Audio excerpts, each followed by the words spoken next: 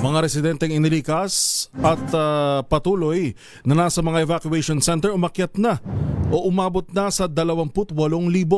Detalye ng balita RH5, Val Gonzales. Val. Ingel, ito'y mula sa kabuang 8,465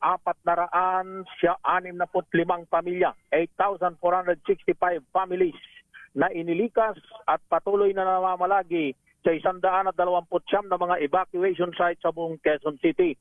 Sa report na inilabas ng Quezon City LGU, ito'y bahagi ng pagkilos bilang pag-iingat sa pagbaha na dulot ng walang tigil na pagulan bunsod ng habagat sa kabuang bilang na 28,249 na individual, pinakamarami sa mga evacuees sa barangay Bagong Silangan. Sa ngayon ay tapos na, Yuel, ang lunch ng ilan sa mga residente sa ibang mga evacuation centers kung saan inihanda ang hot meals ng Quezon City Government para sa mga residente. Samantala, Yuel, as of 9 a.m.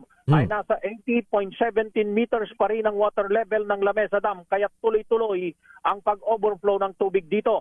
Ito ang dahilan kung bakit mataas pa rin ang banta ng pagbaha sa mga low-lying areas sa bahagi ng northern part ng Quezon City at iba pang mga barangay na nasa gilid ng Tolyahan River sa Camaraba area. Talagay ng panahon, Yuel, bagamat wala ng mga pagulan sa nakalipas na isang oras, pero maitim at maulap pa rin ang kalangitan dito sa Quezon City.